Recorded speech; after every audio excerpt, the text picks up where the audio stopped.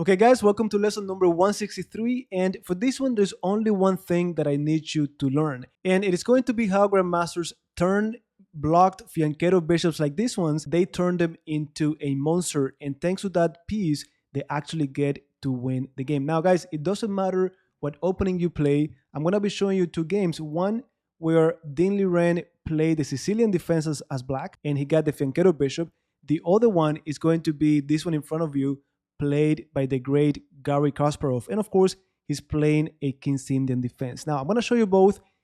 I'm not going to go too deep into the details, but it should be sufficient for you to learn this very cool maneuver and use it in your games. Now, I'm going to leave Gary's game for last. And let me show you first the one played by Ding Liren. And to be honest, guys, I don't need to show you the entire game for this one. I'm gonna do it for the one played by Kasparov. But for this one, I just want you to see how this bishop was so bad. I'm gonna show you how it got here, and then what Ding did to make it a monster. But you're gonna see it more in action in the other game. So here, let me go all the way to the beginning, and you're gonna see the game started with a Sicilian defense.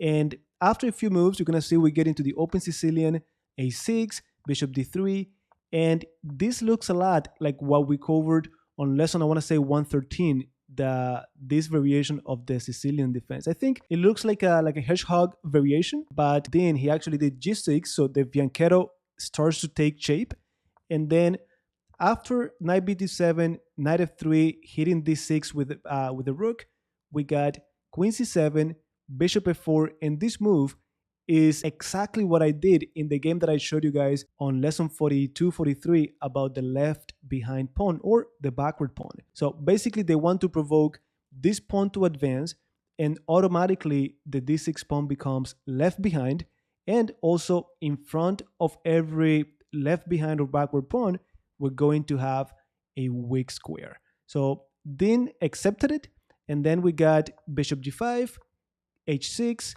bishop takes, knight takes, and after bishop a4 check, look at the king ending up on e7. Now, we've talked about the king in the center. Actually, the latest lesson we had, or the latest video I uploaded, you saw my king stay in the center and it was perfectly fine, right?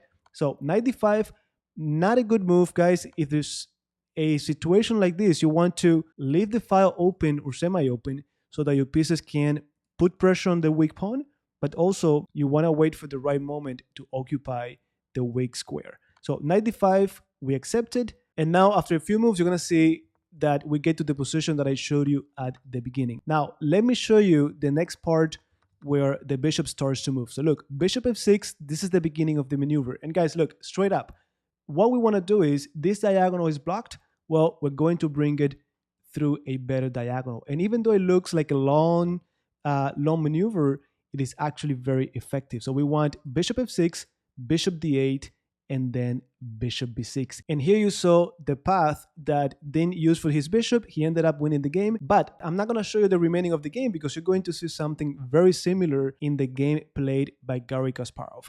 Now, I'm going to go also all the way back. And just to show you, we got to our King's Indian defense. We learned it on lesson 85, and we have an entire playlist on the King's Indian defense, every single variation that they could play against us. So feel free to check it out. And here, Garry played, of course, e5. I told you back then, you could play like this, or you could play knight a6, which is what I play for the most part. But anyhow, e5, exchange variation, and after a few moves, we get to this position where Garry is left with only one bishop, so the pair of bishops is gone. But then after castle queenside, he remembered what we have talked about so much about the King's Indian defense.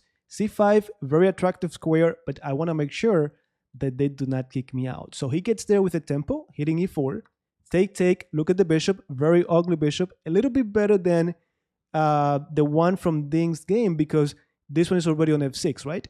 But then the only other thing I gotta make sure is that after they take care of e4, because if they don't, I'm gonna take it, I gotta make sure that my knight remains on c5. So after bishop d3, do I want to trade my really good knight for this ugly bishop? Of course not. But I also do not want them to kick me out. So what do? Well, pawn to a5, and guys, pay attention to the dark squares on the board. The black pieces or confiscating all of them. Now, after a5, I'm going to little by little improve my pieces, and one of them is going to be this bishop. So now we got rook e1, my rook goes to e8. Why do I want to put the rook on e8? Well, the bishop needs to leave, and for that, I need someone to defend e5. Guys, I'm pretty sure before this, you had no idea that this maneuver existed. So there's no way you could come up with a plan like this. But if you've seen it before, of course, it is going to come to mind. So rook e8, bishop goes to d8, bishop goes to b6, or you're going to see here that Gary actually brought it all the way up to a5. It's going to be more active. So again, rook e8, bishop f1, and now bishop goes to d8. Just getting ready for the transition. And then after g3, again, typically I see this bishop coming to b6, very nice diagonal, but Gary wanted to do a4. And that way the bishop could go to a4 a little bit more, to a5, a little bit more active. So after a4, we got king c2, bishop a5. It's nice to come over here with the tempo. And now rook goes to d8. Guys, don't forget, all of our pieces need to be working together. This rook was doing nothing on a8. Well, I'm going to claim the open file, and that combined with my powerful knight controlling squares in white's territory, the bishop controlling this diagonal with no dark square bishop to stop him, this is going to be too much. And don't forget, when our pieces are active, tactics are going to be in the air. So rook takes. If they don't take us, we're going to take them, okay? Don't forget that. They cannot even do rook d3 because of the knight. So take. Now, bishop h3, they're also trying to activate the bishop, guys. Look, bishop was really bad here. Well, they're looking for a better diagonal. Next move, well, I'm going to do f6, little by little, defending my pawn. And by the way, before, they could not even take on e5, guys, because one more time, we have the bishop and the rook working together, check. We take on f2, forget about that, right? So instead, they did bishop h3. Now we go f6, rook e2, defending d2, and king e7, just bringing the king to the center, bishop g2. And now, guys, there's a very cool move.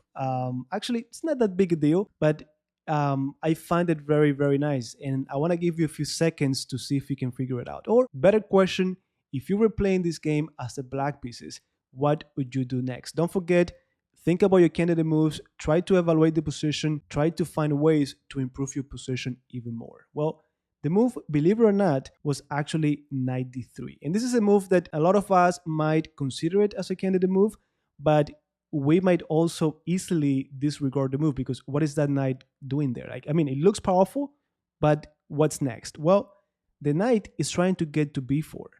And if they come over to b1 to defend the pawn, well, this is going to be checkmate. So that's a pretty good threat, but it is also easy to stop. And the move to stop it is a3, taking care of b4, right? Well, this is exactly what Kasparov was trying to provoke.